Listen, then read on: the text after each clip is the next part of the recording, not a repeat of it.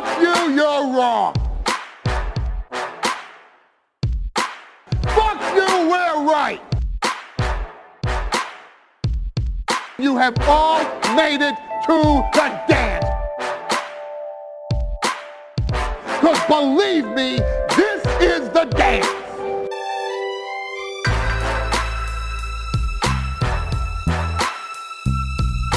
Ladies and gentlemen, it is now time for the Royal Grumble! I am your host, Graham, and sitting in the corner to my right, my good friend Dan. How are you? All right. And sitting in the corner to my left, eating a packet of... What type of Monster Munch is it, Daryl? I've got Flaming Hot at a minute. Eating a packet of Flaming Hot Monster Munch, so apologies for that. It's Daryl. Right. And at side of me, I've got some roast beef ones. Excellent. Because I thought having three is greedy, so I left pickled onion behind. Ah. So opening contest for this week. You left the best ones behind. Well, wait. Saving them for Opening later. contest for this week. Right, okay, here we go. What's the best flavour of Monster Munch? Right, well, it's roast beef, isn't it? Pickled onion. Right, no. Okay, right, well, let's get into it right now. This is proper quality audio entertainment. Roast beef is the best because it tastes like beef. Pickled onion kind of tastes like pickle. If it's awful, it's all vinegary. Wait, and Yeah, that's but it. I like that. I like strong flavours. Well, and What do you mean stuff, it so- tastes like pickle? It tastes like, like the vinegar in the pickle. Like, it's that. You Okay. can taste that like pickled onions taste like. Can we agree that the worst one is the one he's eating right now, which is Flaming flaming hot. hot? I quite like I mean, Flaming Hot. worst. It's fine. Yeah, it's it's I've like not got a saying- problem with. I mean, flaming you hot. did take two of them off me when you Well, said yeah, you were only okay, take I'm not one. got- all right, let's do this now then. Fine. I've not got I've not got a problem with flaming hot, but it's just not the best one, is it? It's kind of like it's Neymar in the Barcelona strike force. It's the third best, but take it away and it's just not the same. There you go. It's Neymar. Or who's replaced him now? Who's there now? Paulinho. It's Paulinho. It's the Paulinho. Yeah, because Dembele's not getting played because he's out of shape. Yeah. Because he can't do kick-ups. Yeah. That went well. Can you hear me masticating on the air? Yeah. Okay. I've told you, you should masticate before the show, not during the show. All for that one joke. Yeah, that's I've right. got 2 packets of crisps just for that one joke. There you go. Well worth it. Let's get started. So we remember last week we talked about there was a wrestling promotion coming to five. I'm giving it away now, aren't I? Coming to Free Sports. Oh, yeah. So we found out who it was earlier on in the week. It's PCW. Or at least it was. Except it's not. Oh, So that's I mean, a shame. I'm really upset for them. I mean, In this case, like, this is one of the only cases where PCW is the preferred choice. Right, I'll stop you there. here we go. Do you remember when Adolf Hitler killed all them Jews? What? Right. Whoa. Okay. Right. What's the rule? There's a rule. Yeah, Godwin's you- law. Godwin's law. You can't What? bring up Hitler in an argument. Godwin's lawed it 5 minutes into the show. What? I've never heard of... It's It is the rule, Godwin's like, law, isn't it? it's something like if you bring Hitler up in like every argument, eventually Hitler is brought up, and if you bring Hitler up, you instantly lose. Yeah. All right, the so rule. Donald Trump, right? And he wants to build a wall. Right? They're the same thing, aren't they? No? In a way. Yeah, I don't know if you can legally say that on just air. because you've had a history of you've done a history of badness, and then there's one thing what makes you look good, doesn't erase all the history of the badness that you've done, does it? Are you actually a poet? Because history of badness. Is I know, just it's- like, that's, yeah. But then It's my the other side of it is just the history. It's like it's Donald Trump, but then Mike Pence has stood behind him here. And Mike Pence has got in control. right. So they're both as bad as each other. Mike Pence is worse. Donald Trump's a megalomaniac. Mike Pence is genuine evil. Yeah. Didn't the owner of PCW go to a fan's house with Chris the Masterpiece Masters? Yeah, No. in a pure Donald Trump move. That's a Donald Trump move. That's definitely a Donald Trump move. Whereas 5 Star are just, something bad goes wrong, so they blame it on terrorism. Well, yeah, but they were going to bring CM Punk back. Yeah, well, he's the only wrestler yet who I think hasn't confirmed that he's not going to work for him. So that could be fun. Yeah.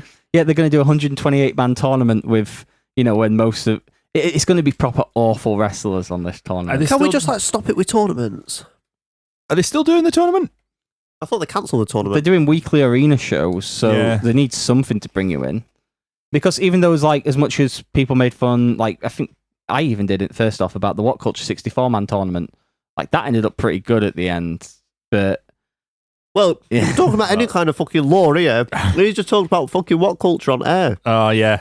in a non-negative way. Does Isn't that it? Isn't that it for you? Are you done? yeah, I guess so. Oh, no. that mean we've got to record it on your laptop, or does Oh. he just sit there without a microphone? Well, you know what happened when we tried to record it last time? It took us about 3 hours to get it all done. We had the wrong settings, and then like I think you can hear my tortoise in the background for most of it. Oh.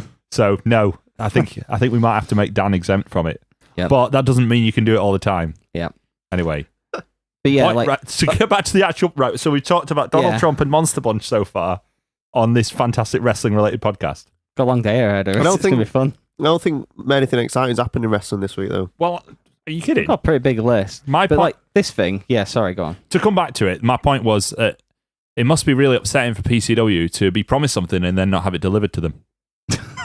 I mean, can you even... I bet they've got no concept whatsoever what that might be about. No. Have they blocked us on Twitter yet? Because I imagine if we mention this at all, they will. Well, I've not mentioned it on Twitter, but I can get on that if you want. Right, well, yeah, you get because you're already blocked by most people. Yeah. So if you've not blocked Daryl, make sure you do, because it's the cool thing to do. Yeah. Daryl's got one Twitter timeline and it's our account. It's just, I thought other people were on Twitter. Oh no, they've all blocked me.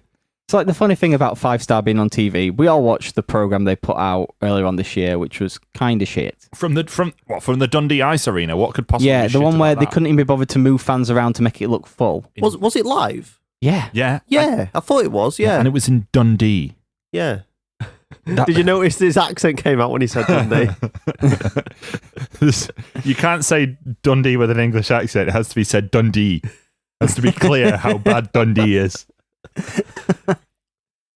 But yeah, so 5 Star thing, and everyone's just kind of jumped on them, rightfully so, because they claim that their poor ticket sales wasn't the reason for their arena tour getting cancelled, that it was the terrorist attack on Manchester Arena with a bunch of fucking scumbags. What a coincidence that was. Also, don't forget how much grit and determination they've put in. After 2 years of grit and determination, hard work finally pays off, is what they tweeted this week. Right. They managed to only draw like a quarter of the capacity for a venue that had Rey Mysterio versus AJ Styles. Yeah, let's remind people of this, right? We were in Sheffield, not doing anything on the night that AJ Styles was facing Rey Mysterio at the Sheffield Arena, and we didn't go. Yeah. That should like Very that's expensive. That's not only expensive, but a bad company in general. That's the sort of match that you would travel somewhere to see if you knew you were going to get it dealt, and if you knew it was going to be a reasonable price. We wouldn't even touch it. No. I still see posters, like old posters for that line about around City Centre. Yeah, but wrestling posters just last forever, don't they? I think if you go through Liverpool, you'll still find posters for the King of Europe Cup somewhere. You don't really see posters for Southside though, which is kind of annoying. Yeah, not here. They're all on Corp. I went to visit girlfriend's family down south somewhere. And, they posted there were loads loads there. of posters around. Yeah. Yeah, but And then she said, "Do you want to go?" I went, "Do I thought?" you know, they're running in November again. Do I at want to Sheffield. see Billy Gunn? No, I saw him at Corp. No, you've seen Dolph Ziggler already. What's the point? Sorry about Corp, dearo. Yeah, so I think it's safe to say how this is going to end up. But FreeSports have been defending it as well. Did you see FreeSports' splendid defense of this? They had an argument with Jimmy Havoc. They had an argument with Jimmy Havoc on Twitter. Yeah, You tell me about this. I didn't see it. yeah. So they had an argument with Jimmy Havoc on Twitter, and someone made the point to them that 5 Star have got a terrible pass of just not delivering, and they went, "Oh well, we never know. I think we should give them a chance." I mean, Jose Mourinho used to be really good at Football Manager In his teens, that in was his the thing. teens, also, Yeah. which aside from anything else is a lie. Yeah, because Jimmy Havoc instantly came back and said, "Oh well, fair enough." By the way, Mourinho was 29 when Championship Manager was first released. Released, never, but literally not even possible. So, not only, I don't even understand the argument. It was Jimmy Havoc originally said. No, but I mean, sorry. like, Free Sports are going, just because they're scumbags, like, Jose Mourinho can play computer games. It was It the doesn't make sense. maybe Jimmy Havoc said maybe you should choose a wrestling company that has someone involved in wrestling rather than a bunch of game developers who think they're wrestling promoters. Right. And that's when the Jose Mourinho comment came out. So I think their excuse, I'm trying to think the parallel that they were doing was, oh well, he was good at doing something that then led into him being really good at the actual thing. Oh, okay. So that makes it okay to sign up a company with a proven failure track record to your TV deal. I mean, Yeah. don't get me wrong. It's a strange situation where, on one hand, at least PCW didn't get the deal because, frankly, they don't deserve it unless they're going to deliver what they should be delivering to their customers.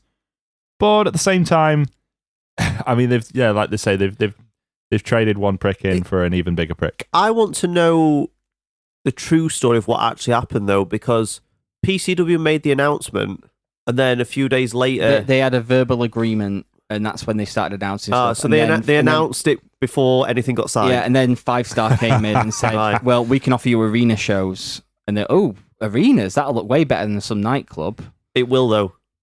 Because they'll... But will it if no one's in it? Think about Yeah. the 5 Star TV show. Yeah, that and, looked all right. Like, just... What? It looked all right. I don't wind up. It was in Dundee.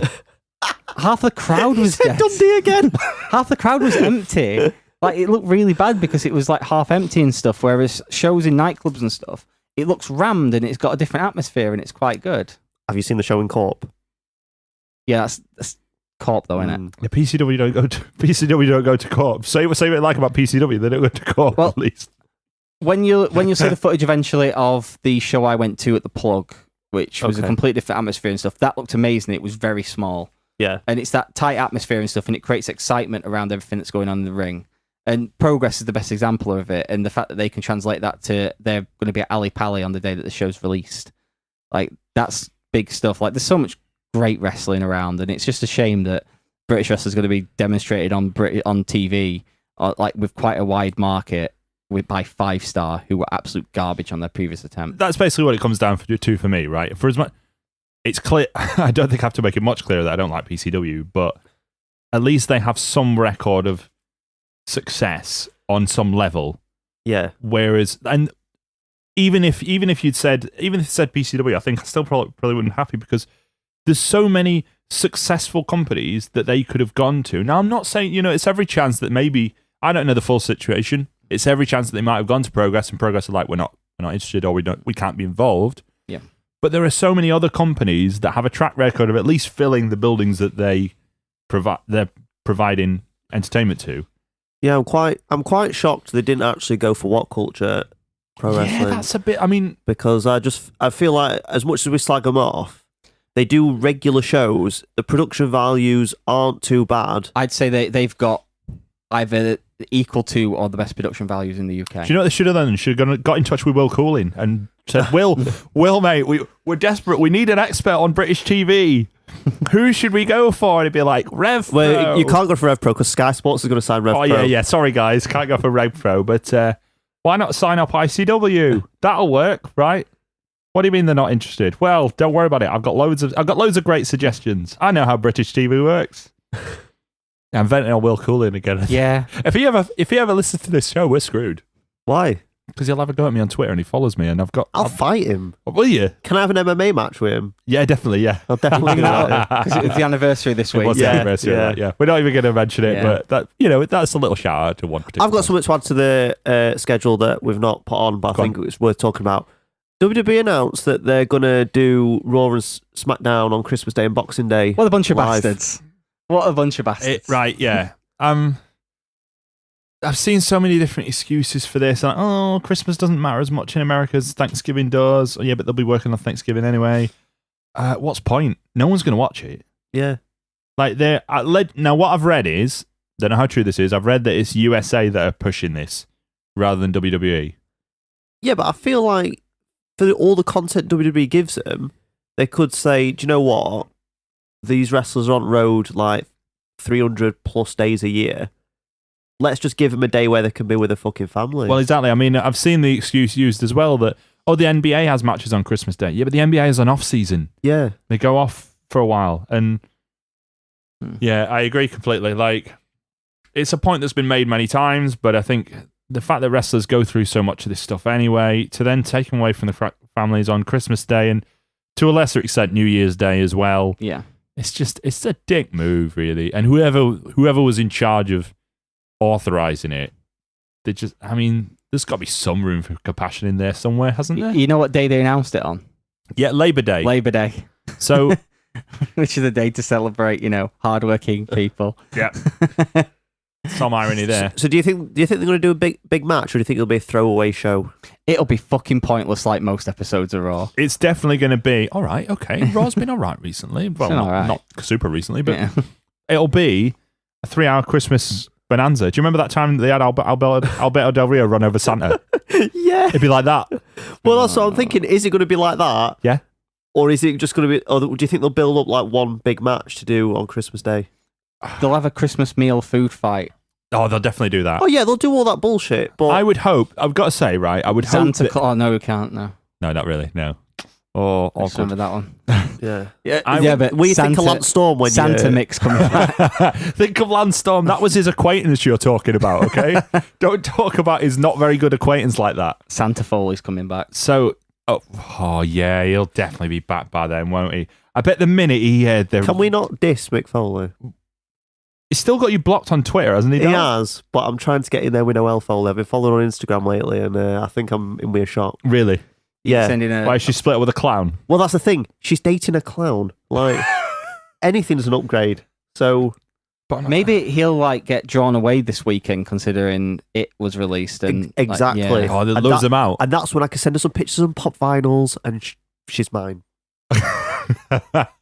She's lovely. Is she into pop vinyls? Is that a Oh, thing? she fucking loves them, yeah. Okay. She likes pop vinyls and She bikinis. basically, her Instagram is like bikini pics and pop vinyls. I just go past pop vinyls. Do you know what? I've got on. to say, that sounds like Daryl's ideal Instagram account. It's all right. He's just sending her comments like, "Let me get up in them guts" and stuff like that. All right. Whoa, okay, wow, that was... Right. That's the type of comment you see on these girls' Instagram profiles. No, I've read some of the comments and they're awful. They're absolutely awful. Like I'm sick in Ed, but like she's in a bikini, right? And she's an attractive lady. Like all joking aside, like I'm clearly not trying to get in her DMs, but like she's an attractive lady, and then they're all just going, "You're fat," and it's like she's not fat. And then can you I imagine? thought it were going to be like tribute pics and stuff like that. No, that like people go savage on like calling her a hoe and stuff like that. But then if you go in like any girl's like Instagram, Well, like we had this with JoJo when the stuff came out about her and Bray Wyatt, and we went through her Instagram comments, and Yeah. we're just like horrified by the race baiting. That was the worst bit. Like there was shame shall we not say shame it? to her race Oh, and stuff. okay. Like Yeah, I would Yeah. go So very... you've not got much time to edit, so don't you? No, fuck up for I'm not gonna yourself. go It's too very far, rare that I yeah. get worried when Dan starts to talk, but that was one rare occasion. I mean, I was going to set up an opening contest one week where it was guess the woman by her Instagram comments, but I felt like we're a bit too oh, like God. yeah. we might do it in the future, but Maybe if we get some safer air comments. no Yeah. race baiting. They're still upsetting, but they're not so offensive that it makes the people want to cut themselves. So, to bring this to a close, I do hope they do like a big match on Christmas Day, because then at least the talent might feel like it's been worthwhile in being there.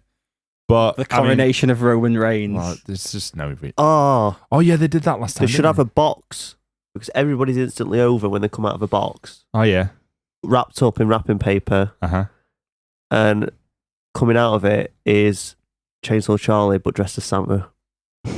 Why? Because why not? That's where the whole story comes from originally. Really? The joke.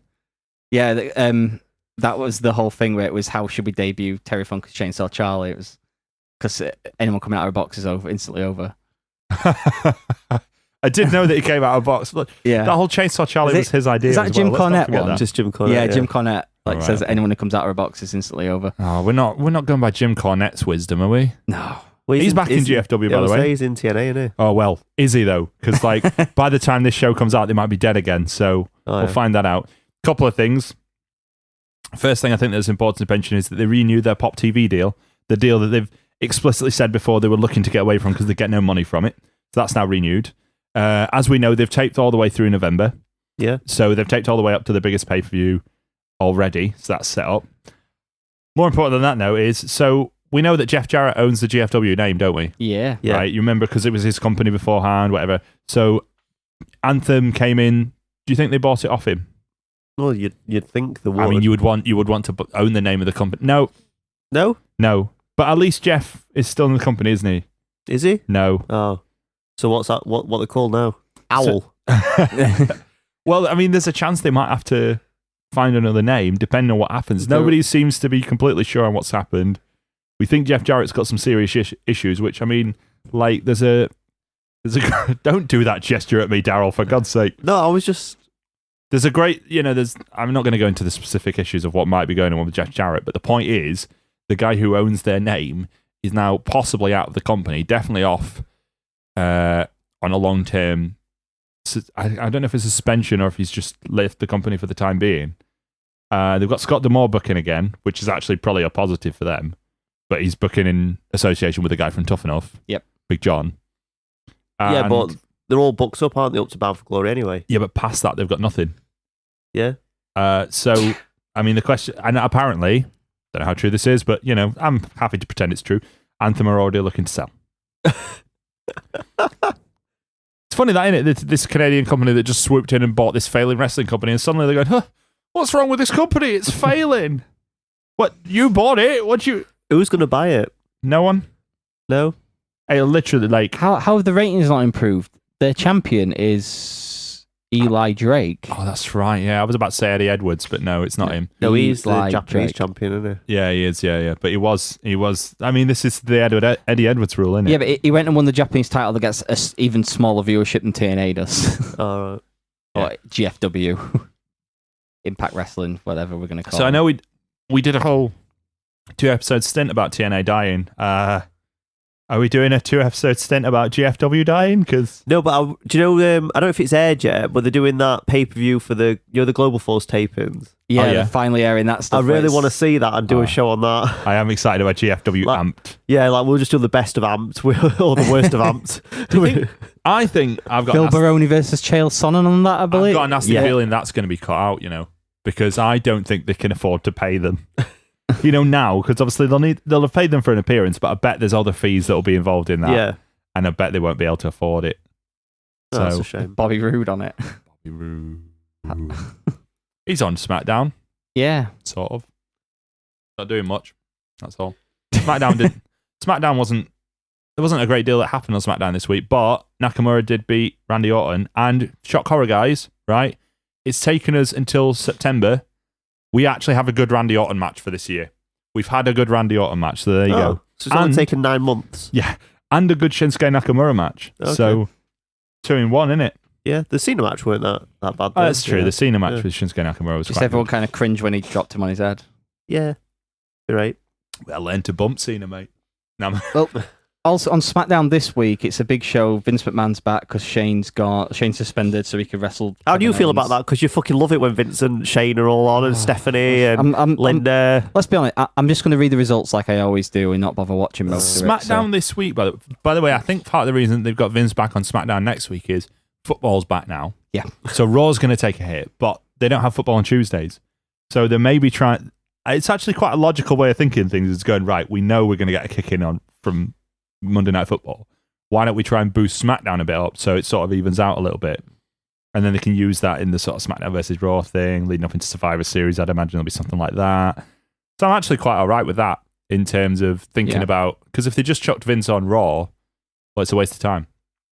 But the weird thing on SmackDown is that they seem to be heavily focused on just like horrible angles that make people come across like massive twats. Yeah. Like Kevin Are we Owens- going to bring up that one? I've not seen or heard anything that happened on SmackDown, so you can't talk in code. Right, so Kevin Owens basically said that Shane McMahon's whole family would have been better off if he'd died in a helicopter crash. Oh, a bit harsh. Yeah, like, and then That's not the worst thing on SmackDown this week. where What's the worst thing on SmackDown? are we talking about Carmella? Dolph Ziggler. Oh God! Oh, I don't even want to give him the time. I'll briefly explain to you what Okay. happened, Daryl. Basically, Dolph Ziggler's new gimmick is that you remember how he's had this promos for the last couple of weeks that he hates everything else and he's like, "Oh, I'm the best in the ring, but all you want is flashy stuff." Yeah. So he came out to his own music, and then there was like, "Oh, you don't like this? What if I did this instead?" Went away. John Cena's music came out. He came out with a cap on, chucked it in the crown. "Oh, you don't even like this? Do you know what if I went all nostalgic on you?" Came out to Randy Savage's music with a woman on his arm, and he's like, "Oh, you don't like me when I do this either, do you? Oh, I'm gonna go away again." They came out again. Right, several times we're having to see Dolph Ziggler's fucking entrance. I don't even know what he's making entrance for because there's no one in the ring for him to fight. Comes out with, the Naomi Dayglow thing going on. Couldn't even do like a funny parody of that. And he's like, everyone's Anyone thinks can do I'm- this. Anyone can do this, but I'm the best in the ring. Anyway, I'm going now. Bye. He sounds like a Poundland Charlie Haas. Yeah, he does sound like a Poundland Charlie Horse. So, I mean, I don't want to talk about Dolph Ziggler anymore. I'm not interested in that. And the only other thing I was briefly going to mention is they did an angle with Carmella where she split up with Ellsworth in the ring, said, oh, I can't remember what it was, but basically they had 2 times this week where they said horrible lines that seemed like they were just in there to shock people. And then backstage, James Ellsworth was like, oh, don't leave. And then she snogged him, which I think is the first time they'd done that, and then slapped him in the face. And she was like, right, we're doing it my way now. Yeah, so you know why they did that? Why? Because literally this weekend she was posting a bunch of photos because her and Cass had moved into their first house together.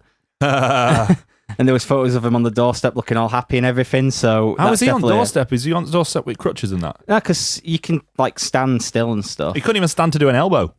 He can stand now because he's had surgery to fix some of it, but it's all the rehab stuff afterwards. But it's them two stood on the doorstep like happy and stuff. So someone's seen that and gone, how dare they be happy with someone we've not put them in storyline with? You're snogging Ellsworth. Yeah, they get annoyed about that. Dave Meltzer talked about the snogging thing, and he was really confused why somebody will get slapped and then get kissed. And I was just like, well, some people are into that, Dave. Yeah, I don't think he knows about that though. And if he doesn't know about it, you know how upset he gets. If he doesn't understand it, nope, didn't make sense. I don't understand. Nope. I sat and watched Dave Meltzer on Officer and a Gentleman this week. I've downloaded that. I haven't seen it. What's that? What it's is it? It's Chuck Taylor's like chat show he does on the High Spots Network, and it's literally in a hotel room after PWG with Ricochet, Mark Haskins, and there's a bunch of people behind the camera, and it's them just talking about wrestling for an hour and a half. Is it bad that I'm slightly disappointed because I thought it was Dave Meltzer watching the film An Officer and a Gentleman and getting confused? I was a bit sad because normally in Officer and a Gentleman they ask questions like, do you wipe sitting or standing and stuff? And they didn't go that far with Meltzer. Oh, can you imagine his weird reactions to that? But that was the thing. Freaked out. Dan Barry, who's the other guy on it, he continually makes jokes about the fact Meltzer doesn't know who he is, and Meltzer's just like, yeah, I know who you are, and just like not getting the jokes a lot of the time. It's good, Great banter. like in terms of just the general conversation. Were you looking really buff in it? Yeah. Well, there's a bit at the end where they're trying to get into flex and he won't, and then he eventually does, and it's Jesus Christ. Do you know what? Right. I've mentioned Meltzer being a hypocrite a few times, but I think this is the most amusing part of it, is because he always gets so annoyed when Vince is like, you remember when Vince had his Muscle and Fitness cover? And I think he's now at the age that Vince was when he was on Muscle and Fitness, and he looked at least as buff. So, yeah, well done, Big Dave. Let's move on then, because I don't want to talk about Carmella anymore. I want to talk about some proper women's wrestling. The Mae Young Classic. Yeah. Well, the final is on Tuesday. Well, on the SmackDown taping. They put 2 weeks in a row, they put 4 episodes up at a time. Yep. And I thought that would be kind of like a death knell for it, where it's like, okay, here's everything, no one's going to bother watching it. It's the top 8 on the network right now, is the 8 episodes of the Mae Young Classic. Seems to have gone well. Yeah, people really are into it. I've managed to watch the first 6 episodes. I need to watch the final 2. And so far, there's been some shit on it. Like, in terms of the quality compared to the Cruiserweight Classic, some isn't there, but some matches really step it up. What about Paul Ellering's daughter, who's not called Rachel Ellering for some reason? She was in the match with Marty Bell on it, who used to be in TNA. Mm-hmm. And that match, Marty Bell was so bad, they switched the finish to Rachel Evers winning the match. And you got a good match with her and Abby Leif after that. That was really good. Abby Leif versus Jazzy Gabert was really good. Tony Storm's match in the first round, I can't remember who she was against now. Which one's the one that looks like Trish Stratus? Oh, is that Rhea Ripley? Might be. Or Lacey Evans. Lacey Evans, like we were watching today, she was against Tony Storm in the quarterfinals. She should be on the main roster already. Fair enough. Like, in terms of... I was comparing her to Lana, because I think she's not only better looking than Lana, but her backstory is better, and she can wrestle. Because she's incredibly attractive, she's athletic, she's got like the Charlotte body to it, she's a former Marine, and she's a great wrestler. Like, how would they not market her already? Like, surely after this tournament, she's going to be massive on NXT and stuff. She's really good. The other one, Kairi Sane's been kind of one of the stars of it. All her matches have been really great. Shayna Baszler's been, like, she's the person they're building. Yeah, so what first of all, if you don't want to know the results of the Mae Young Classic, just skip ahead by like 2 minutes. Yep. But what they're building to, essentially, is the final on Tuesday is Shayna Baszler, isn't it? Shayna Baszler versus... Carrie. See, I keep cocking up the pronunciation of the name because I'm terrible at pronunciations. Kairi Sane, I'll just say. More to the point, anyway. That's not really the focus, though, is it? No, because they shot an angle with only bloody Ronda Rousey in it, like actual Ronda Rousey off of MMA and that. My interest is peaked. Exactly. So, all right, we'll put people away for us. You need to see the promo that she did backstage, where it's her, Jessamine Duke, and Maria Schaefer. I'm not being funny. they're a bit like Take That, aren't they? It's like Gary Barlow and backing band, isn't it? Why are you doing Take That metaphors again? You just bring a Take That up every week. Graham, just have a little patience with bear with me, mate. That Maria Schaefer, she's been on NXT a lot because she's Roderick Strong's wife, and she works for NXT. Okay. So I think she's like a physiotherapist there or something. I think she might be. Yeah, so she's involved there anyway, and they've been pushing her like one way, and now it's all of a sudden, oh yeah, she's in the Four Horsemen. She's kind of Force Women in the like bad guy group to go against the WWE or NXT version of the Four Horsewomen. Well, this is the thing, And like it's awkward promo. The MMA girls were referring to themselves as the Four Horsewomen, weren't they? But then WWE have constantly referred to Charlotte and her mates as the Four Horsewomen, and that's what it's building to. They're building to probably at Survivor Series, we think, maybe? Some kind of 4-on-4. Yeah. Which actually I'm quite interested in. But the only issue with it is, and I guess we'll find out on Tuesday whether this has been resolved, Sasha Banks is supposed to go on the WWE tour. And unless she, I think they're going to Australia or something. They're off to a tour anyway. And basically, unless she goes like a day late, which no one seems to know if she's doing it or not, she might not be there on Tuesday. So there's a chance, because we've only seen 3 of them so far, there's a chance they might not do a 4-on-4, which wouldn't make sense, but I guess it might, because I don't think that Maria Schaefer's wrestled at all. Jessamine Dukes had 1 or 2 matches dotted around, but nothing major. Yeah, but then Ronda hasn't, but Ronda has to be in it, really, doesn't she? Yeah, but like they did used to like Hart family matches and shit, didn't they? With like all Harts outside at ring, and that one of them looked like a fucking like dickhead. They all wrestled. Bruce Hart. It's always Bruce Hart. They all wrestled at some point. It weren't Bruce. Was he wearing his sunglasses? No, the one that looks exactly like Stu. The one that looks exactly like Stu. Smith Hart? Yeah, Smith Hart. Yeah, like he don't look like he's wrestled a day in his life. He wrestled before Brett. He trained Chris Jericho, if you listen to him. All right. But yeah, like... Well, him and Bruce were the trainers of the Hart Family Dungeon, weren't they? Yeah, they weren't, though, were they? They were the ones that were like, look, we've got the Hart Brothers wrestling camp. We're the Hart Brothers. Right, now you're going to get taught by this other man. Bye. Yeah, it seemed like the way it should go, I think, Carrie... Jay Leno had a match. Yeah, Jay Leno had a match. All right, okay. I was racking my brain. Can I apologise to everyone for the fact that Jarrell just shouted that in your ears? Kyrie, or however you pronounce it, I feel like she should be the one to win the tournament, but it'll be Shayna Baszler. Well, it could be if the wrestling 4 horsewomen cost her it, couldn't it? Yeah, but... Do you want to like fuck the whole tournament up with like a fuck finish? Yeah. It's WWE, so I don't think they care. Yeah.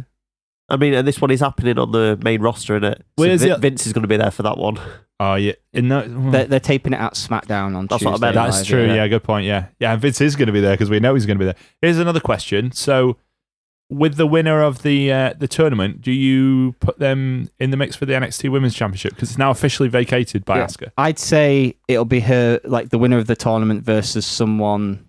So like they'll have some 4-way or something, maybe. It'd be like Ember Moon and Billie Kay and Peyton Royce and all them or Nikki something. Cross, Storm, whatever she's called now. Ruby Riott. I think we should have another tournament. Really? Yeah. No. Yeah, but everyone loves tournaments. Should have a WarGames. You could have a 128-woman tournament across all the arenas in England. Yeah. And none of them could happen. Final in Dundee. Where? Dundee. Don't you mean Dundee? That's what I meant. There you go. So anyway, we talked about last week. We said we watched the first ever Nitro last week, and we said we were interested in doing something about WarGames. Now, I've never watched a single WarGames match before this week, so to celebrate the fact that we talked about that last week, we're gonna talk about some WarGames matches after this.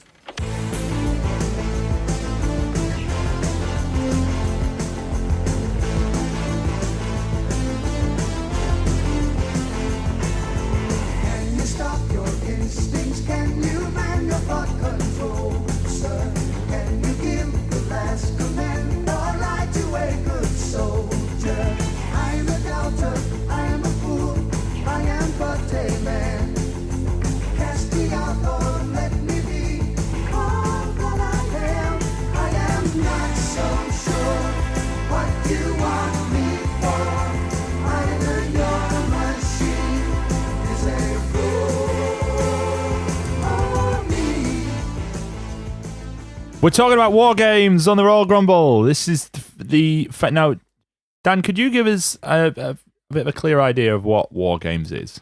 Well, I'll try and give a clearer idea than the list of rules they gave before each one. Because the one thing I took from all the matches I watched was when they give the instructions, they do it in the most complicated way possible. Because surely it's easy to just say the idea of WarGames is the main WarGames match is 2 rings with a cage around it, and it's 2 teams. Sometimes it's teams of 5, sometimes it's teams of 4. And the idea is you get 2 men in the ring to start it for 5 minutes, and then every 2 minutes after that, someone new comes in. Normally, one team will get an advantage, so it'll be bad guy. I wonder which team gets the advantage, Dan. Until everyone's in the ring, and then the match beyond begins, which is a match that can only be ended by submission or surrender, as they keep saying. Which are totally different to each other. Yeah, the same thing. So yeah, the WarGames match. It was an idea Dusty Rhodes came up with while watching his girlfriend Tina Turner, as he puts it on the WarGames collection on the network. What? Yeah, he says my girlfriend Tina Turner. Yeah, and he was watching Mad Max Beyond Thunderdome when he saw the Thunderdome and came up with the idea for WarGames. And it was also from hockey, from watching like NHL games whenever there's a penalty and one team's like it's 5-on-4 or 5-on-3, and he liked that idea of the advantage and fighting up against it. Mm-hmm. And he thought it'd be the perfect way to take on the Horsemen. And then we got the first ever WarGames match at the Great American Bash on July 4th, 1987. July 4th, 1987. So, participants in this WarGames match. First of all, is it 5-on-5 or 4-on-4? It is 5-on-5. There you go. It is the team, it's the Four Horsemen, Ric Flair, Arn Anderson, Lex Luger, and Tully Blanchard with James J. Dillon. I know, that's interesting. Yeah, he's wrestling in there. Well, it makes sense because the opposite team is Nikolai Koloff. Nikita Koloff, even. Dusty Rhodes. Not Nikolai Volkov at all. He would not be any good in this type of match, or any match. Dusty Rhodes, the Road Warriors, Hawk and Animal, and Paul Ellering, their manager, who was fucking ripped. Yeah? Like, he was... Back when you could just do roids whenever you want, though. Yeah, he was... I thought, it's Paul Ellering. Like, it's... Well, J.J. Dillon's in this match. Like, no, Paul Ellering looks like the other wrestlers, whereas James J. Dillon in his little trunks looking really, like, porky and stuff. It's just crazy thing. So with most WarGames matches, Daryl's already made the reference. The bad guys normally win the coin toss. So they have both teams around the cage at all times, and it's 2 men starting. Who starts for the Horsemen? For the Horsemen, was it Arn Anderson? Double A starts for the Horsemen. He's the enforcer. Double A. Yep. Every match I've watched that's got the Horseman in it, Double A starts. Yep, he's the guy. Yeah. He spent most time in WarGames matches, I believe. Yeah. I imagine he probably will have done, yeah. So you get the 2 men starting, and then after the 5 minutes, they do the coin toss then. Yeah, that's a little bit odd, really. I guess it's to build up the suspense because the 2 guys are fighting and they're unsure of who will get the advantage. Yeah. I mean, after watching a few of these matches, you know who's getting the advantage. Of course you every do, single time. But it's a nice idea, at least, in terms of... There's only one place where they would have the good guys win the coin toss. I was going to mention this, but I'm glad you have. TNA managed to do it wrong. Yeah. They did a WarGame style match where the good guys won the coin toss. Yep. Right. So how did that work out? Well, the good guys had the advantage every time, so imagine the suspense. Yeah, there was none. No, the good guys then won. The underdogs overcoming. Was it the main event Mafia? I'm not sure, to be honest. They did... Basically, at every lockdown, they did lethal lockdown. Well, maybe not everyone, but a lot of lockdowns, they did lethal lockdown. Because they had the roof that they lowered from the ceiling. Yes, they did, with the little sparklers and whatever. Yeah. Like, WCW had sort of sparkles and stuff coming off the cage, whatever, when the whole thing lowered down, but TNA waited until they had wrestlers in the ring before they put the sparkles on to bring it down. I must admit, I don't remember if it was the main event Mafia one, but I do remember the faces getting the man advantage. Yeah, the one big thing about this match and how it works and builds suspense. So the weird thing as well about the first WarGames is they actually did the match 4 times in a year.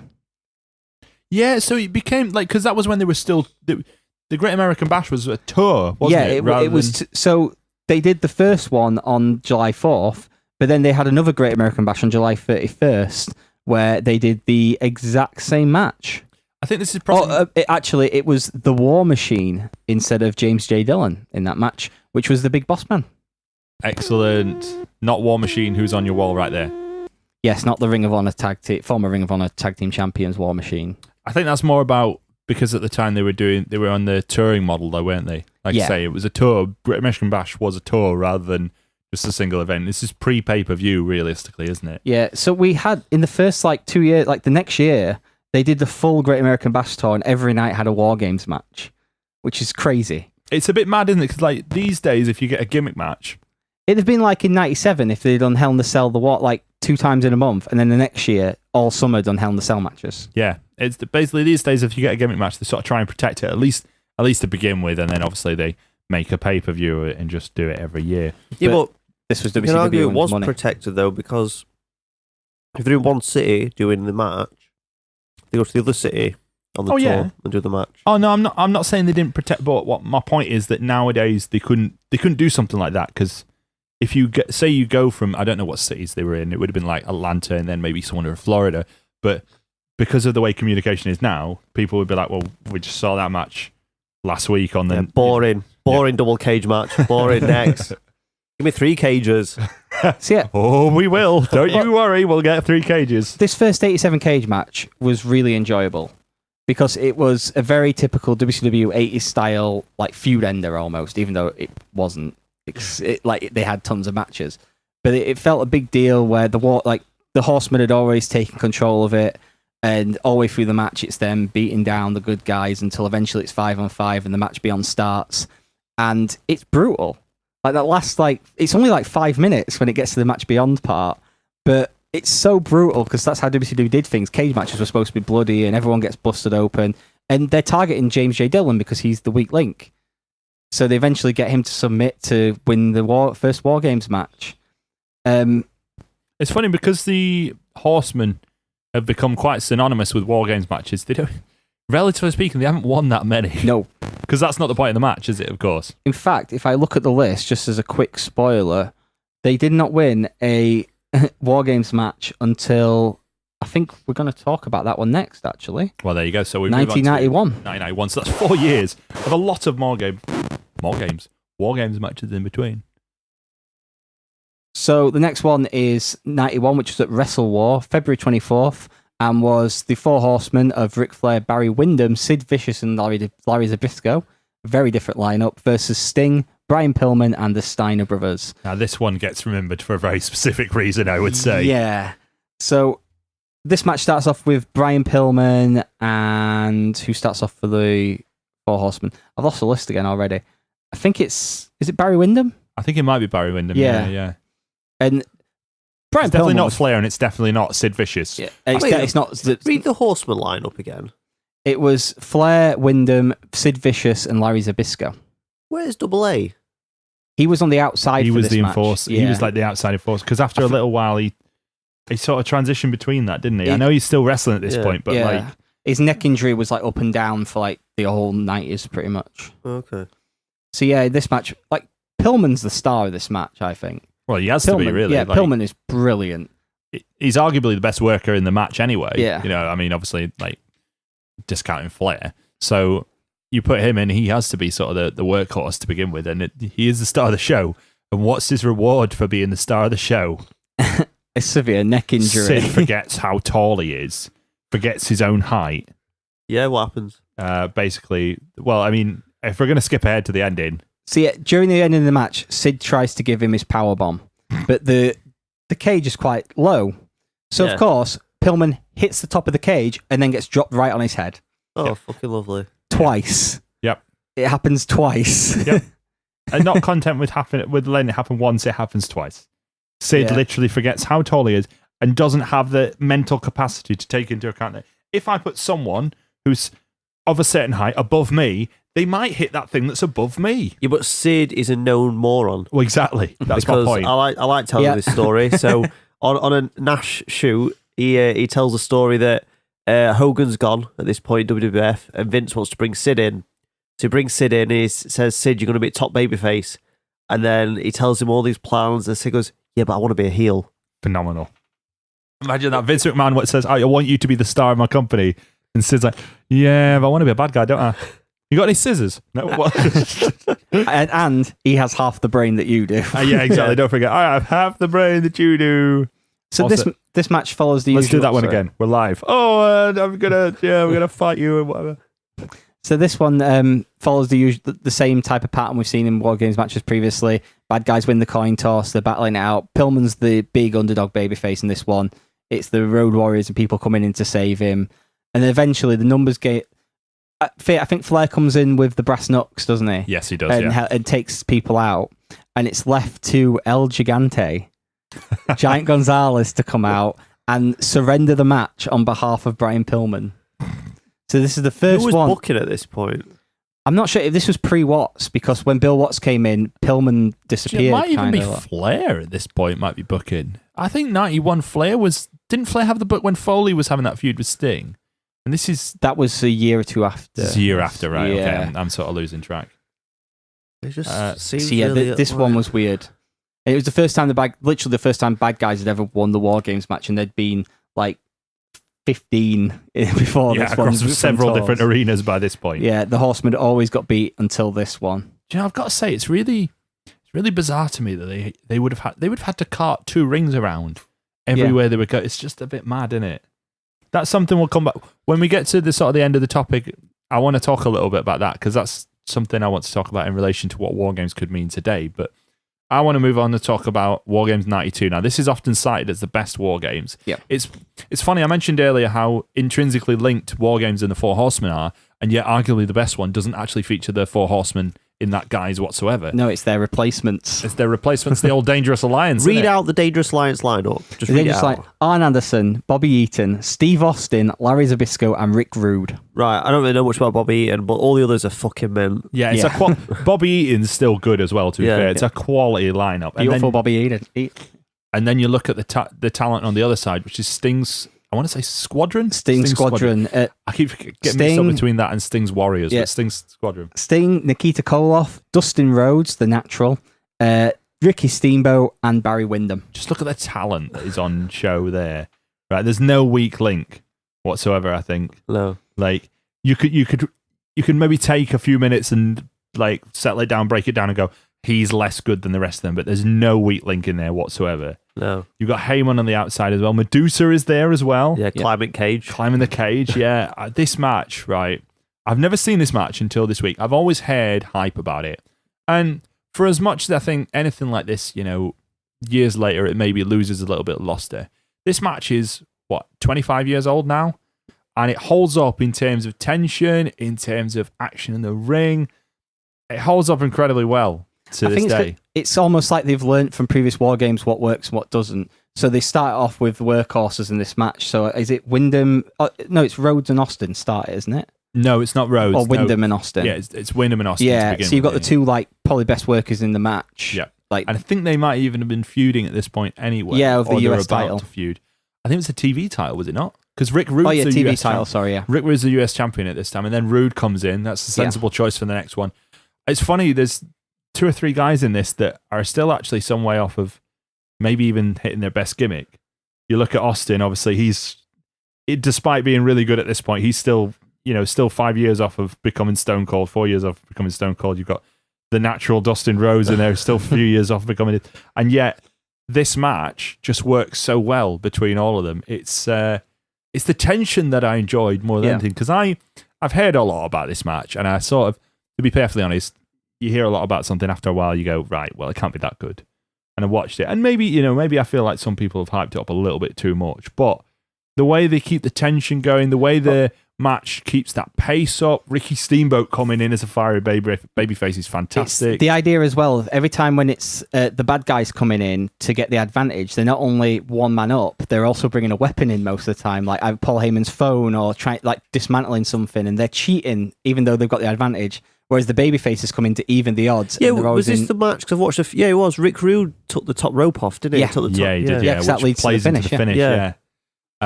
But the interesting thing is as well, they're talking about the Dangerous Alliance, and Jim Ross and Jesse Ventura are in commentary here, which is great.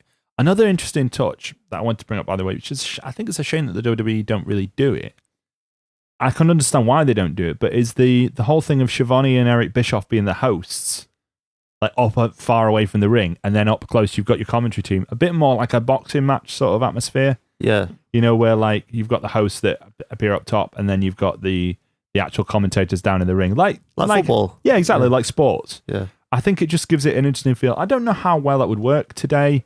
You would need to find the right people, and I can understand why they might want to sort of cut on that in terms of you only have 3 people and that's it. Yeah. But it gives it a sort of a different dynamic. Yeah. That I think maybe is a little bit missing today. And summers used to be warmer as well, didn't they? But I mean, like I say, the dynamic of this match is great. Sting, I believe, is the last man for his team. So you hold back because you know he's sort of the ace player.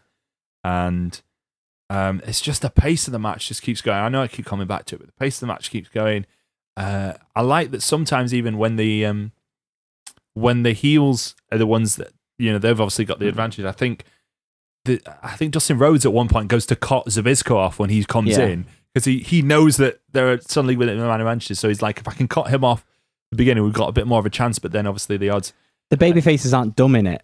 That's what it is. Like compared to what we see a lot now, we've got smart baby faces who are thinking ahead of stuff and like, well, I'm going to get attacked from behind in a second, so I need to make sure I'm in this ring rather than that one because that's where they come in from and thinking about all this stuff. They play out the psychology as well. The psychology is that Zabisco is dangerously close, no pun intended, to being kicked out of the alliance.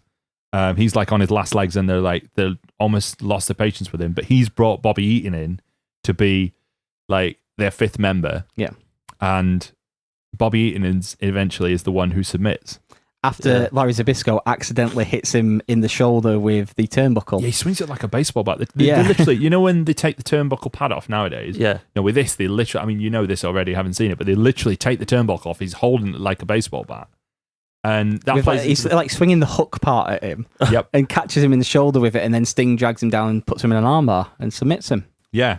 I must admit, but before the match, I expected it to finish with a Scorpion Deathlock. Yeah. Because I just thought, well, that's what you do. But actually, that idea of he smacks him in the arm, so Sting just jumps on that straight away, it builds into that sort of sporting build of it. Yeah. I think it makes sense to go for an armbar, doesn't it? Exactly. And I think that's part of the reason why overall it has a sporting feel to it, which I don't think is always necessary for wrestling, but when it's done well, it works. And I think this match definitely still holds up now. See, here, 92, like we've said, it's the best WarGames match. This is where WarGames peaked, I feel.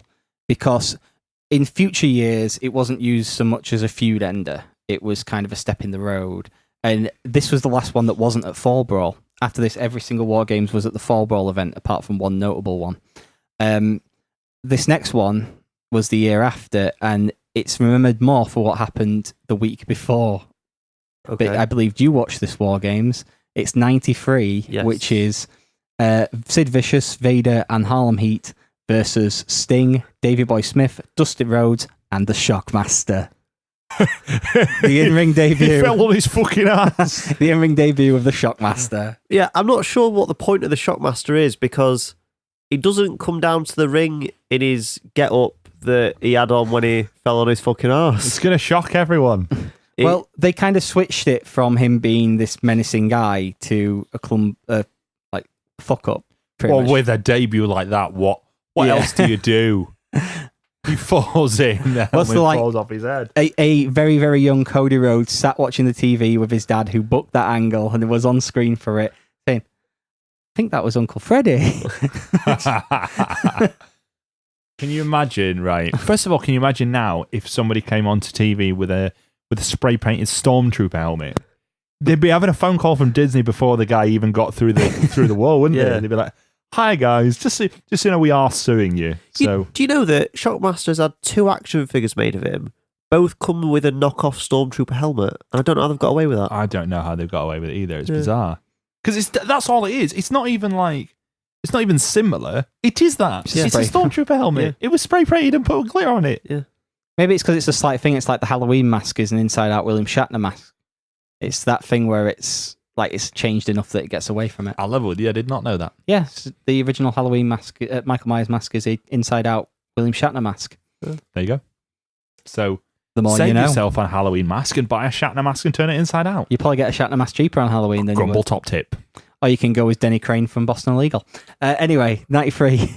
What I literally don't understand that. He's making references to Shatner shows. I don't know why. Yeah. Right, talk about WarGames 93. I didn't watch this one. Daryl's favourite WarGames ever. Yeah. Can you remind me who started? Dustin Runnels started. Natural. I didn't watch this one. Have you not got the list? It doesn't give me the full thing. It just tells me who Well, he won. starts and he takes his cowboy boot off and he starts hitting him with his cowboy boot. Already which I thought were funny as fuck. Well, he's learned from last year where every time he thought he got an advantage, bad guys came in with a weapon. Yeah, so bad guys did get an advantage, which will shock you. And Stevie Ray gets in. So But he's not called Stevie Ray. Is that an advantage, though? Because it's Stevie Ray. He's not called Stevie Ray, though. What's he called? Is he called Kane or... Kane or Carlo? Yeah, Another one? Yeah. one of them. Krang or Code. What? Kane and Cole. Wasn't it the two Kane and names. Cole? I thought it was Colo. Bloody hell. Cole. No, what are the aliens called in Simpsons? Oh, Krang and Kodos. Yeah. No, Kang and Kodos. Kang no, and Krang was Teenage Mutant Ninja Turtles. Oh, Yeah. okay. The little pink fella. Yeah. Look like brains. Was it Krang? Yeah. I'm sure it was Krang. Yeah. It's not a good WarGames. No, it's not. That's why I didn't bother with this What, you mean this one with Davey Boy Smith and the Shockmaster wasn't a great WarGames? With Stevie Ray in it? How could it not be good? There were no So- Spinneroonie either. Oh, what's the point then? So the 94 one, I don't think we bothered with that one, Nope. even though we did have Dusty Rhodes and Dustin Rhodes teaming together. We That went on was to one of the brief moments during which they hadn't fallen out. and Bunkhouse Buck. But we went on. I went on to 95 because I wanted to watch a really terrible one. This was What could possibly make you think that 95 would be a terrible one, Dan? 95 was the Hulkamaniacs of Hulk Hogan, Randy Savage, Lex Luger, and Sting. That's a fucking That's star a great power team. That's a lineup. quality team, yeah. Versus the Dungeon of Doom, Uh-huh. Kamala, the Zodiac, Okay, well, okay. Ed Leslie, Yeah. the Shark, Oh. Earthquake, Okay. and Meng. During this match, how many legs did Kamalo have? 2. Okay. Thanks. 2 more than he has now then. Yeah. They are. I'll just depress you with that thought. There you go. It's diabetes, isn't it? This It'll get you an one, end. this one sucked, didn't it? Well, like, I mean, even now you look back at it, you go, look at those two teams. Those are not level teams on any sort of playing field. It's like, no wonder WCW was in the fucking shit it was. Like, when Dungeon of Doom are your biggest heel group, like Kevin Sullivan. Yeah, but if you listen to Kevin Sullivan's like reasoning for it, and it can quite easily like look back on it now and say, oh yeah, we're like this because our leader him Hogan on to something else. But the reason that he gives for booking them kind of angles is because that's what Hogan was used to, and he wanted to gain his trust. At no point does he say, I wanted to gain his trust so I could turn him heel, but he wanted to get Hogan on side because he knew that, or he thought that Hogan wouldn't want to necessarily have what would be considered traditional WCW booking. I guess So- one way to definitely get Hogan on side is to chuck Ed Leslie in there somewhere. Well, really. this is the thing, because Hulk Hogan always had creative control. And apparently they say, who you fancy feuding with? Well, Ed. We don't hire Ed. Well, he's not got a contract. Okay, I guess we'll make a phone call. Who do you want to feud with next? My mate John Tenter. Okay, yeah, we can hire him. Who do you want to feud with next? I've heard Kamal's not up to much. Okay, we'll hire Kamal. who have And it I, was who literally have I that. got to get a win back off of? Yeah, it was just him hiring all his mates. Yeah. And That's Getting Hogan's food on MO, though, isn't it? Let's Yeah. not forget when Hogan came into TNA and the Nasty Boys turned up on telly in 2000 and whatever. It doesn't just- matter which just for a 2000 year. payday. Yeah. It was 2010, mate. I knew it was Nasty Boys sometime turned up in in 2010. Yeah, but they did it all meta, didn't they? Where they were like, well, we're showing up because his mates Hogan's here, and that obviously means we've got a job. Yeah, but that is what happened, Yeah. though. That's exactly what happened, and they were just making fun of us for like believing that it was a storyline. Do you know what? Ed Leslie must be devastated that he'd fallen out with Hogan around that time. Or if he hadn't, Well, he's Then- got Greg the Hammer Valentine now, and he as his mate. we didn't use that photo. No, he didn't get sent to me. Like, Oh. I thought you had the photo because I No, said, "Have you you seen should've. it?" Yeah. You said, "Yeah." I'd said I'd seen it, but I hadn't got a copy of it, and you said I've got a copy of it. I'll send it you Oh, I thought because you I had someone I mean- message me this week asking to see it. I mean, it's not like we talk to each other on Facebook Messenger. It's not like we'll just Yeah. do this on air. It's not like you couldn't have just sent me a message. Oh, no, you didn't send me that picture, mate. I I'm like, forgot. all right, I'll do it for you. I'd forgot, but I blamed you. Cheers. Let's not fight. Let's not fight like the Dungeon of Doom against the Hulk. Yeah, this one was terrible, and I was under no like fit. Compared to the 92 match, there was no tension here, was there? What's the worst gimmick in the Dungeon of Doom? Let's do that. I think it's like I kind of like Kevin Sullivan, but I think Okay. it's him. What worse than the Shark? I was going to say it's got to Okay, be the yeah, the Shark. Shark. Oh, No, do you know what? yeah. No, it's got to be Zodiac because wasn't that based on an actual serial killer? Yeah, it was Like, around it was just after the time that the Zodiac was killing people. Yeah, so they went, well, we can use that in an angle. Yeah. Zodiac. I don't know because I mean, I think every Ed Leslie gimmick is always the worst, isn't it? With the exception of Brutus the Barber Beefcake, and even then, he not kind of that great. chanced on that. Was one he a as well. barber or was he like a gigolo? Well, who knows, really? Okay. He had shears. He was a gigolo before that, and it was just that he cut Adrian Adonis's hair at WrestleMania in the match we And that's watched. how he became the barber. Yeah, Okay. And he had a barber shop. He yeah. did. And Marty Jannetty got put through a window there. Let's jump on to this. So we've made a thing as well about the fact that most of the time, this is so the good guys can get their big win. Yeah. This is the best one. Is it? 1996, The NWO of Hulk Hogan, Scott Hall, Kevin Nash, and NWO Sting versus Lex Luger, Ric Flair, Arn Anderson, and Sting. The storyline going into this match is the NWO, this is, 2 months after they first debuted? Or maybe 3 months? And the 2 weeks before, or the week before in Nitro, Sting joined the NWO. But anyone watching it could clearly see it's not really Sting. Don't look out like Sting. Yeah, he doesn't look like Sting. But the 3 people who did believe it was Sting was Arn Anderson, Ric Flair, and Sting's best friend in the whole world, Lex Luger, who says, and I quote, "I looked into your eyes and I know it was you." While Sting is trying to say to him, "It wasn't me, I don't know what to tell you." The big mistake for this is Sting doesn't wear a mask. He wears face paint. Yeah. Which is not a mask. Yep. So, like, you can tell it's not him. Yeah, because just because you paint someone's face doesn't mean they don't have, like, they're still not. You hear they his don't Ed have the same- Leslie, They don't have the Zodiac. same face. Yeah, exactly. Have either of you watched this, by the way? Yes, I watched this match. Okay. Be with me on this to tell Graham. Ric Flair cuts the promo of his fucking life before Ric this. Flair fucking goes crazy. You know that thing you always get told when you like in promo class where it's about don't start off shouting because you've got I had nowhere to promo go. class with Keith Meyer, and then you just let Dougie do whatever he liked. So. Okay. But like the thing in pro, like Did he make an Iron Man cosplay? oh dear. Oh, does it count as Yeah. cosplay if it's terrible? Anyway, Yeah. so the thing you get kind of told in promos is you don't start off screaming and bawling and shouting because where you're going to go from that. Ric Flair. See, Dougie did start off screaming and shouting, and Stephen liked it so much that he put him in the main event of the Academy show. Oh, Somebody's bitter. I can't wait to do that one. Someone got stuck in a freeway with the 2 worst wrestlers in the academy, pretty much. I know I wasn't very good, but but at least no one showed it at my wedding. Oh wait, Yeah, that might have happened. Yep. Anyway, let's get back to this WarGames match without just me just airing my wrestling grievances from 2000. So this promo, tell him about the promo. So yeah, Ric Flair just starts off fucking screaming, like almost losing his voice, screaming about how he's going to take down the NWO and everything. It's a classic Ric Flair promo. I can see why WarGames actually. Now, obviously, we talked about the influence of the Horsemen, but it's also made for something like this, isn't it? Yeah. Whether it works out or not, I guess you're about to tell me. So, Well, so the whole thing in this match I feel is like I might know who wins. yeah, Who starts for the Horsemen? it's Scott Hall, isn't it? For the Horsemen? Oh no, not for the Horsemen. That's for the NWO. Arn Anderson. Give you a clue, it's double A. Yeah. Double A for the That's what he Horsemen. said. It's always Yeah. double A, isn't it? Yeah, Arn Anderson and Scott Hall start off. This match goes on. Of course, NWO win the coin toss. These referees need to learn how to flip a coin so it doesn't always Was land it on Nick the same Patrick, side. though? Yes, it was Nick Patrick. Ooh, evil. Has he got a tash? Yeah. Yes. Evil. Tash and the Mullet? yeah, Mullet? looking like the guy from Eastbound and Down. Mullet? Yep. So Good modern reference that time. they're continually building up in the final, like for the final 2 people. Are we going to see? Because the NWO, it was a secret partner, and we didn't know whether Sting was going to be there. Yeah, because partway through the promo, Sting bursts into the locker room that they're doing the promo in, and they have a big argument.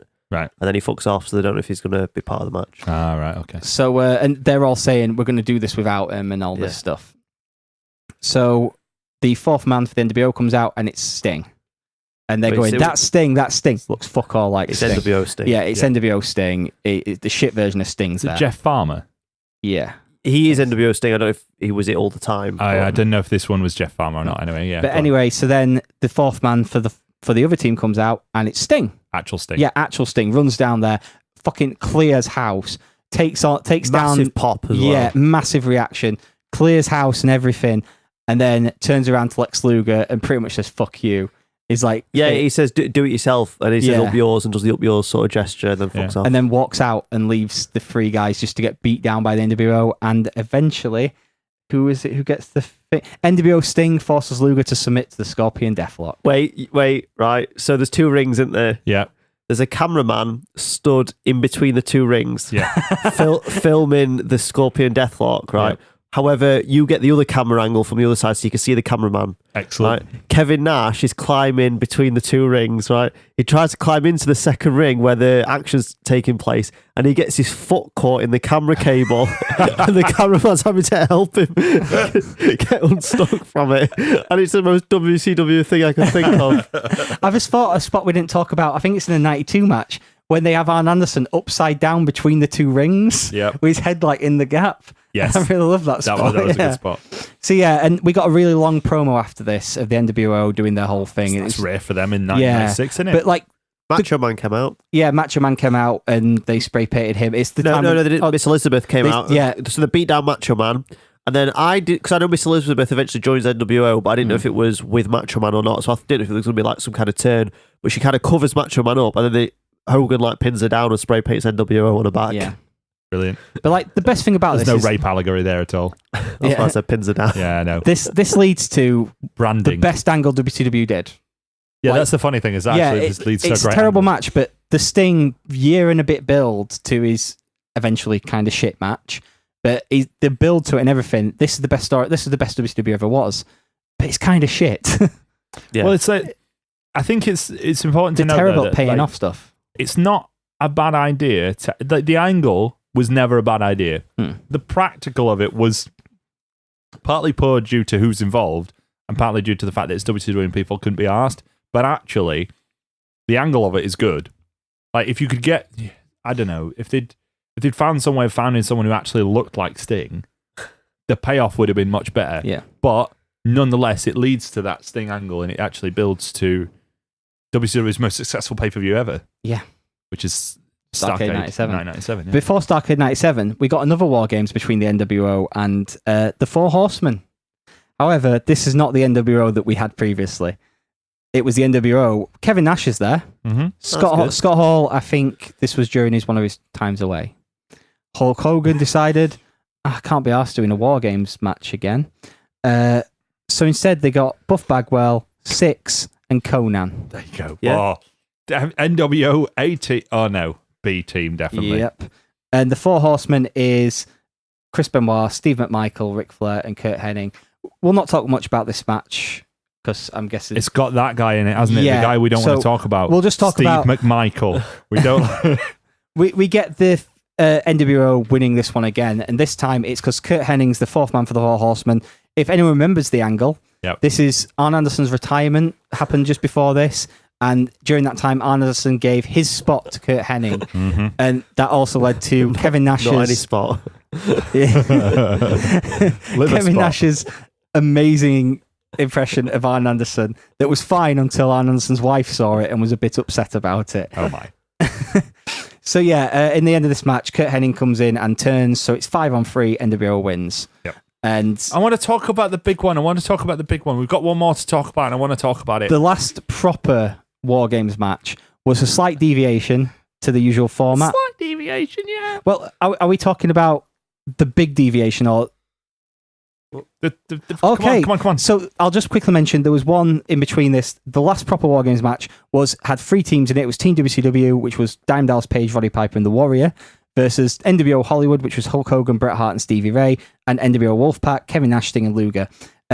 Dime Dallas Page pinned Stevie Ray in that match with Diamond Cutter to win it for Team WCW. So you could end in pin. Yeah, on this that is one. the this first was- one that ends in a pin. Yeah, that was the first one that could end in a pin. Yeah. So then, Good, but can I just say, by the way, not a bad idea in terms of adding three teams of 3 instead of 2 teams of 4. Don't know if Yeah. it necessarily worked in execution, but not a bad idea in terms of changing the dynamic a little bit. so that was the last proper so then they changed the WarGames dynamic. match. Well, what do you mean? The next one is a WarGames match as well. Before we get onto this one, because this is definitely the main event of WarGames matches, I just want to mention some variations of it. We've already mentioned TNA did Lethal Lockdown. Yep.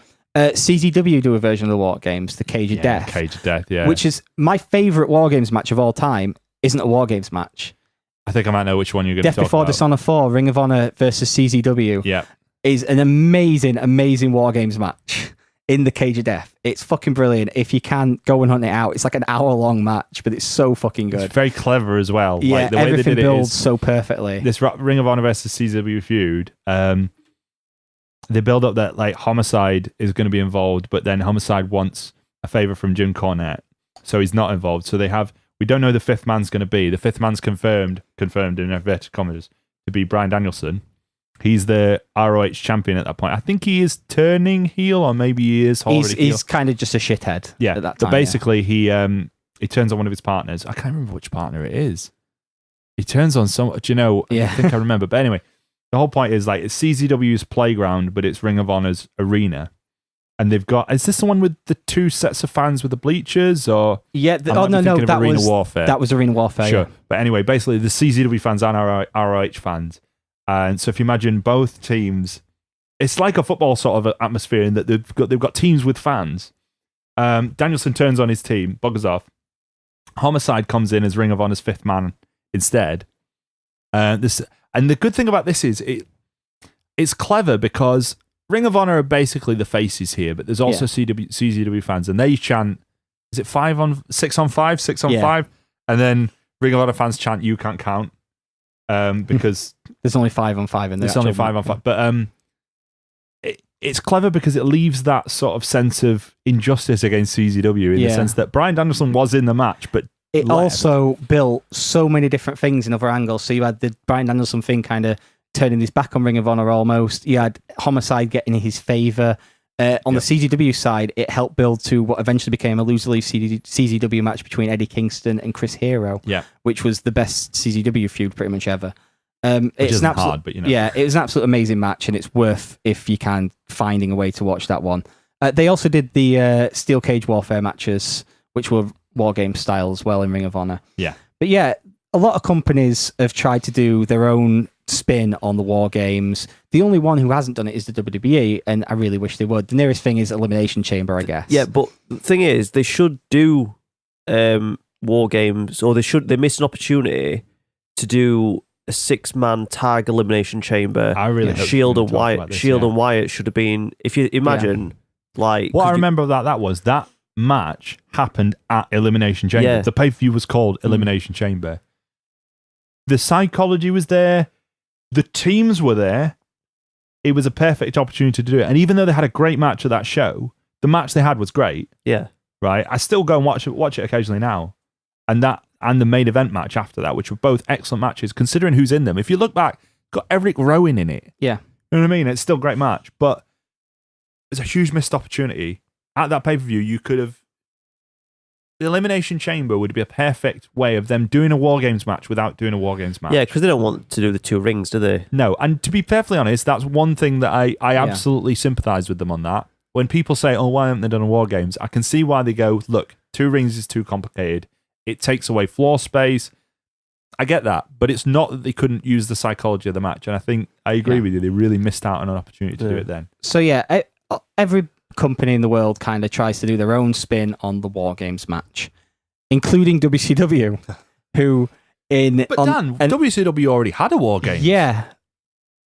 What's the only way that you could improve a WarGames? I don't know. Ask Vince Russo. Well, WarGames 2000. Yes, add 2000 to anything. Do you not remember the South Park rule? Add 2000 to anything. In 2000, you just add 2000 to anything. WrestleMania 2000. WrestleMania 2000. Goosebumps Series 2000. I bought that book. So this was on a random episode of Nitro. Well. With a WarGames match in the triple steel cage. Well, now, I mean, they already had 2 rings before. How could you make it better? Yeah. 2 cages? Let's explain the triple cage. If you haven't seen the film Ready to Rumble or the classic WCW match at Slamboree featuring Diamond Dallas Page, Jeff Jarrett, and David Arquette, it is kind of like the Hell in the Cell with a normal cage on top of it, with another cage on top of that. So the idea of this WarGames match, how else to improve WarGames? This is a super long episode. How else do we improve WarGames? More cages. You have 2 teams of 4 and you have the traditional thing. Yep. But... Add more gimmicks. Yeah, we'll have gimmicks all the way around the cage and you've got to qualify to enter the match. But the big thing is, how do you win if it's in a triple cage? And we don't want pins and submissions. Oh. Let's put the world title at the top of the cage, at the 3rd cage, and you have to... Bro, let's put the world title at the top of the cage. And you got to climb up through the cages to win the world title, bro. You haven't only got to climb up through the cages. You've got to collect the title, bring it back down through the cages. Then you got to bring the title and get it down out the door. through the cages, bro. Get it through the door, bro. So, even though this was Bro. a team match, anybody could win the world title. But it's a War Games match, but it's for the world title, bro. Fucking hate it. Yeah. I've not seen it, and I fucking hate it. This match. So, the match was... Is that where Canyon gets launched off of it? No, that was that's a that was triple Slamboree. cage match. Who yeah. actually gets the belt? Who gets to the belt? It's Booker T who gets to the belt, but he's not the one who leaves No, that's with it. all. Because I The knew that current had happened. yeah. I knew that had happened. The current champion is Kevin Swerve, Nash. bro. And Kevin Nash's team is Kevin Nash, Jeff Jarrett, Scott Steiner, and the Harris brothers. Phenomenal. The Harris brothers defeated... Actual racists, the Harris brothers. Yeah. I can't remember who They they... have tattoos. Oh, so here was the qualifying matches. Ernest Miller was supposed to be in the match, but he lost in a match against the Harris brothers in a handicap match. Ironically, did his mama call in sick? That was Buff Bagwell whose mum called in sick. No, wasn't it? somebody called my mama. Was his Okay. music? Yeah. Sorry about that. I mean, jokes I are thought funny you were when you going explain to Yeah. make an ironic point about the fact that the Harris brothers were beating up on a black man. Oh, yeah, that happened as well. no, Miller lost to Chronic even. Chronic, another Yeah. great team. I mean, And then- these are all the great WCW teams of the 2000s. Russo sent When's the Harris that brothers DVD in. coming out? Great WCW teams of the 2000s. Natural Born Killers. Vicious and Delicious. Was that 2000? Probably at No, the that same was way time that before. PCW send out their DVDs that they've not yet. Yeah, you'll receive it along with the PCW Best of Oh dear. Blu-ray. So yeah, this match. Oh Bad, my it's bad. god, it's So what's so who's fucking the terrible. face team? It's Sting, Booker T, Goldberg, and Chronic. Right. Okay. So Chronic and the Harris brothers like brawl away somewhere. They're Just kind of polite of them at least. Yeah. Like, just get the so shit out they'll of the leave way. the cage. yeah, Okay. and it's just like people just walking in and out and stuff, and it's just really silly. So Booker T is the one who eventually gets to the top of the cage. In the meantime, Sting and Scott Steiner both get handcuffed in the middle cage because there's handcuffs all over the fucking place. People getting handcuffed left, right, and center. The end of it is left with, in the bottom cage, Goldberg, Russo, Booker T, but Booker T's been handcuffed somewhere at this point, and Kevin Nash. Have I said Kevin? Kevin Nash, Russo are the two. And it's almost like Kevin Nash is going to turn on Russo, but then eventually teams up with him to beat down Goldberg and walk out the cage. So it was all completely pointless. And it was... So did Nash win the belt? Nash was already champion at the time, sorry. Nash So he and Kane. Yeah. kept the belt. Booker T was the one who got it from the Yeah. top of the cage because Booker T was challenging Kevin Nash for the title at Fall Brawl. And this match was just there for some reason, and it's terrible. Please go watch it. It's on an episode of Nitro. And the only good thing about it, it's probably one of the better episodes of Nitro in terms of the fact that it's a contained episode where everything's about the main event and it's all Bro. kind of in one. But it's such a fucking terrible shit show of a match that perfectly explains why WCW no longer exists. Okay. So that's Our full guide my to theory is WarGames. that Vince only ever watched one match, and it was this one. Yeah, he says, Right. show me the most recent WarGames match. And they're like, "Oh no, there's a no. Show me the most recent one." But Vince, what about 92? No, show me the most recent one. Sorry, show me the most recent one. What the hell is this? We're never doing this in our show. Never. You think maybe part of the reason they haven't used the WarGames just to bring this to a sort of a close and just chuck in the old conspiracy theory? It's a WCW gimmick that was quite good. The gimmick was quite good. Maybe, but I think the name doesn't help, does it? It's the fact Yeah. it's called WarGames. True. They probably don't like that. people might get it confused with the 1983 movie War Games starring Matthew Broderick, which I also watched this week. Yeah, Was maybe. that a part of our work? I didn't watch it. No, but I watched it for fun, and it was very enjoyable. Well, It's a very good film. you watched a film for fun. Yeah, We've yeah. done that on the show before, haven't we? Yeah. I think we should do that again. That, Can't be one's, arsed, mate. that one. Well, at some point, That, maybe that one's coming soon. I think soon sometime. we should watch. What we need to decide what film though. What film are we going to watch? I know I which mean, film I want to watch. I'm up for watching War Games again. We're not watching War. No, we've got to watch a WWE film. Last Last time we watched an action Predator. film. No, It's got Jesse Ventura in it. no, They Live. no WWE Yeah, but it's not films. from WWE Films WWE Division, Films. is it? Yeah, It's nearly Halloween. We should do Leprechaun. We're not doing Origins Leprechaun. At some point. no. I want to watch. I don't. We had an action You want film. some more family friendly? I want to watch something family. I want a comedy. comedy. Yeah. So what comedies have we got? We've got Knucklehead. We could watch that. No, fuck No. no. No, don't want to watch that. What about what other comedies have they done?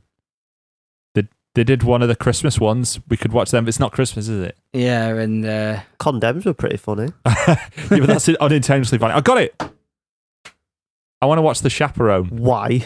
because it's got Triple H as the chaperone, and he says in the trailer how he's the chaperone. It's got character actor Kevin Corrigan in it. I think we agreed to watch The Chaperone last time when we did Film Club. Did we? I think we did.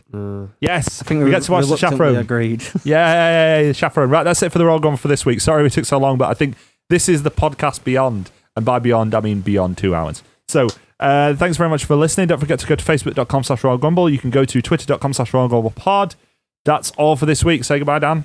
Bye. Say goodbye, Daryl. Goodbye, Daryl. Goodbye, everybody.